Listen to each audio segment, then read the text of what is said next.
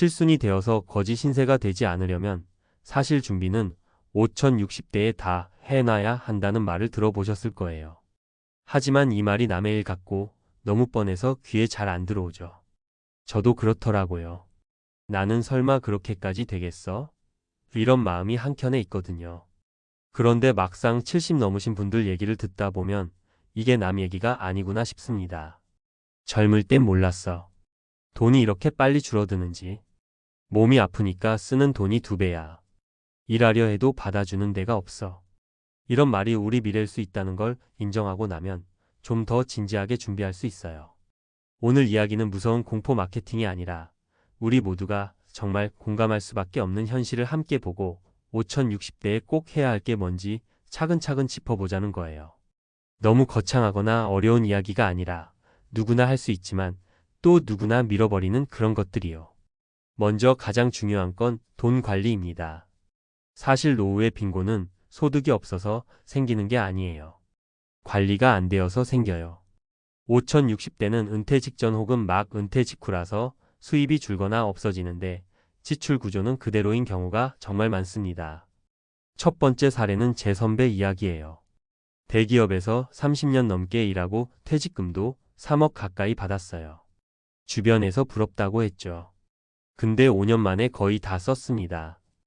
애들 결혼 자금, 사위 며느리 집 보태주고 본인들도 여행 다니고 차 바꾸고 하다 보니 눈치채기도 전에 통장이 바닥난 거예요. 이 선배가 하는 말이 그땐 너무 행복했어. 돈이 있으니까. 근데 이제 무슨 수로 살아야 할지 모르겠다였습니다. 5060대에 해야 할 첫 번째 일은 바로 지출을 줄이는 습관을 만드는 것입니다. 수입이 줄어들 걸 예상하고 소비를 단계적으로 낮춰야 해요. 갑자기 이제 한 달 200으로 살아야 해. 하면 부부싸움 나고 건강도 상해요. 그러니까 50대 중반부터 이번 달은 350, 다음 달은 300 이렇게 천천히 줄이는 훈련을 하는 게 필요합니다. 두 번째로 중요한 건 몸 관리예요. 이거 정말 식상한 얘기죠? 그런데 제가 아는 한 분 62세에 뇌졸중이 왔어요. 대기업 임원이었는데 스트레스 때문에 술, 담배 달고 살았거든요. 쓰러지고 나서 재활치료비가 1년에 1,000만 원이 넘게 나가더라고요. 가족도 너무 힘들어하고 본인도 이럴 줄 알았으면 술을 좀 줄일 걸 하고 후회하셨습니다. 5060대는 사실 병이 드러나기 시작하는 나이예요. 당뇨, 고혈압, 관절염 이런 게 본격적으로 찾아오죠. 그런데 대부분 아직 괜찮아라고 생각합니다. 직장 다닐 땐 바빠서 못 챙기고 은퇴 후엔 돈 아깝다고 병원 안 가요. 그러다 큰 병이 오면 진짜 칠순거지가 됩니다. 그러니 지금 당장 할 일은 정기검진 받고 운동 루틴 만들고 식습관 고치기예요. 여기서 두 번째 사례를 하나 더 들려드릴게요. 제 지인은 50대 초반에 혈압약 처방받고 운동 시작했어요. 그땐 너무 싫어서 억지로 했는데 10년쯤 지나니까 혈압도 정상화되고 약도 줄었어요. 게다가 생활비가 확 줄어든 게 뭐냐면 병원비가 안 드니까 여유가 생기는 거예요. 이분이 건강이 진짜 자산이라고 강조하더라고요. 세 번째로 정말 중요한 게 관계 관리입니다. 이거야말로 많은 분들이 간과하는 부분이죠.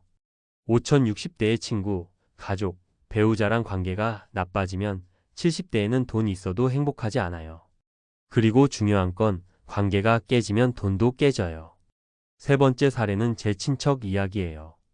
퇴직 후에 남편이랑 매일 싸웠대요. 이유는 간단해요. 돈 문제, 생활 방식 문제. 결국 이혼 직전까지 갔어요. 이 과정에서 양쪽 자식들이 중재하느라 애들한테도 돈 쓰고 마음 쓰고 부부 관계는 회복 못하고 혼자 살겠다고 나온 뒤에 월세 살면서 연금에서 월세 빼고 나면 쓸 돈이 없더랍니다. 결국 이모가 하는 말이 그때 남편이랑 대화 좀 잘해볼 걸이었어요. 5060대는 부부가 가장 많이 부딪힐 나이예요. 자식 다 키워놓고 둘만 남으면 낯설거든요. 게다가 돈 문제, 건강 문제로 민감해지죠. 그러니까 꼭 해야 할 게 대화예요. 돈 얘기를 미리 솔직하게 하고 노후를 어떻게 살지 설계하고 취미도 공유하고 이게 안 되면 나중에 진짜 혼자 살게 됩니다. 그리고 그게 칠순거지의 또 다른 형태예요. 돈이 없어서 거지가 아니라 마음 둘 곳이 없어서 거지 같은 기분으로 사는 거죠. 결국 정리하면 5060대에 꼭 해야 할 일은 이 세 가지예요. 첫째, 지출을 줄이는 습관을 만들기. 둘째, 건강을 관리하기. 셋째, 관계를 관리하기. 이게 다 너무 당연한 얘기 같죠? 근데 이 당연한 걸 못해서 많은 분들이 70 넘어서 후회합니다. 그때는 정신이 없었어. 나는 예외일 줄 알았어. 아직 시간 있는 줄 알았어. 혹시 지금 5060대이신가요? 그렇다면 진짜 지금이 마지막 기회예요. 앞으로 10년만 잘 준비하면 70 넘어서도 거지꼴은 안 볼 수 있어요. 그때 내가 잘 준비했구나 하면서 손주들 용돈 주고 친구랑 여행 가고 배우자랑 산책할 수 있어요. 우리 모두 그걸 목표로 해봐요. 남 눈치 안 보고 자식 눈치도 안 보고 건강하게 오래 살면서 소박하지만 풍요로운 노년. 칠순거지 되지 않으려면 지금 당장 시작해야 합니다. 오늘부터라도요. 이제 앞서 나눈 이야기의 흐름을 그대로 이어서 이번엔 조금 더 전문가적인 시각으로 하지만 여전히 부담 없이 들을 수 있는 말투로 구체적인 정보와 실용적인 팁을 담아볼게요. 목표는 듣고 나면 당장 써먹을 수 있게입니다. 먼저 지출 줄이기 훈련 이야기를 좀 더 실전적으로 해볼까요? 많은 분들이 줄여야 한다는 건 알아요. 근데 어떻게 줄여야 할지 막막해하죠. 가장 먼저 권하는 건 가계부 작성입니다. 근데 여기서 함정이 있어요. 쓰는 것이 목적이 아니라 보는 것이 목적입니다. 매달 끝나면 앉아서 30분만이라도 꼭 보세요.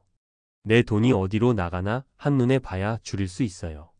실제 연구에서도 가계부를 쓰고 매달 검토하는 사람은 그렇지 않은 사람보다 지출을 20% 이상 줄인다는 보고가 있어요.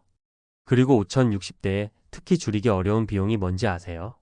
바로 자식 비용이에요. 결혼, 집 보태주기, 손주 용돈. 이건 솔직히 내려놓는 연습이 필요합니다. 미국의 은퇴계획 전문가들은 부모가 자식의 집을 사주려고 하면 부모의 은퇴를 망친다고까지 말해요. 우리 정서상 쉽지 않지만 자식도 설득해야 하고 스스로도 각오를 다져야 해요. 한 가지 팁을 드리자면 가족 재무회의를 해보세요. 부부끼리만 하지 말고 성인 자식들도 불러서 솔직히 말하는 거예요. 우리 노후 준비 이렇게 돼 있어. 니들한테 집 사주기는 어렵다.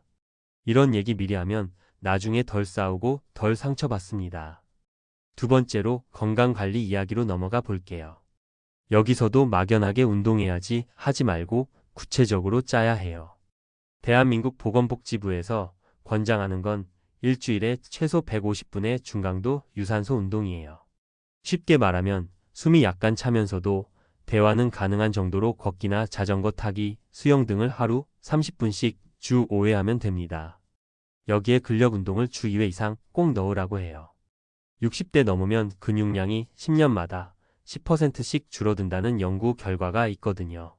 근육이 줄면 낙상 위험이 커지고 낙상은 바로 노년 빈곤으로 직결됩니다. 제가 권하는 현실적인 루틴은 이래요. 월수금은 30분 걷기 10분 스트레칭. 화목은 계단 오르기나 맨몸 스쿼트 10분 정도. 주말에는 가벼운 등산이나 자전거. 너무 빡세게 하지 않아도 돼요. 꾸준히가 핵심입니다. 그리고 꼭 권하고 싶은 게 정기검진이에요. 국민건강보험공단에서 제공하는 무료 검진 놓치지 마세요. 특히 고혈압, 당뇨, 고지혈증은 초기에 잡으면 약으로도 식이 조절로도 관리가 됩니다. 한번 병원비로 깨지면 그 돈이 노후 자금을 갉아먹어요. 세 번째, 관계 관리는 더 섬세한 부분이죠. 5060대 부부 갈등이 왜 터지냐면 같이 보내는 시간이 갑자기 많아지기 때문이에요. 은퇴 전에 하루 23시간만 얼굴 보던 부부가 하루 종일 붙어 있으면 부딪힙니다. 전문가들은 역할 재협상을 권합니다. 쉽게 말하면 앞으로 당신은 뭐 하고 싶어? 나는 뭘 하고 싶어? 가사나 살림은 어떻게 나눌까? 를 솔직하게 말하는 거예요. 갈등이 생기면 무조건 덮지 말고 작은 것부터 풀어야 합니다. 또 중요한 게 관계 다양화예요. 부부가 너무 의존하면 한쪽이 아프거나 먼저 떠나면 삶이 무너져요. 취미 모임, 교회, 동호회, 봉사활동 등에서 친구를 만들어 두세요. 서울시 노인복지센터 같은 데 가면 50대부터 참여 가능한 프로그램이 정말 많아요.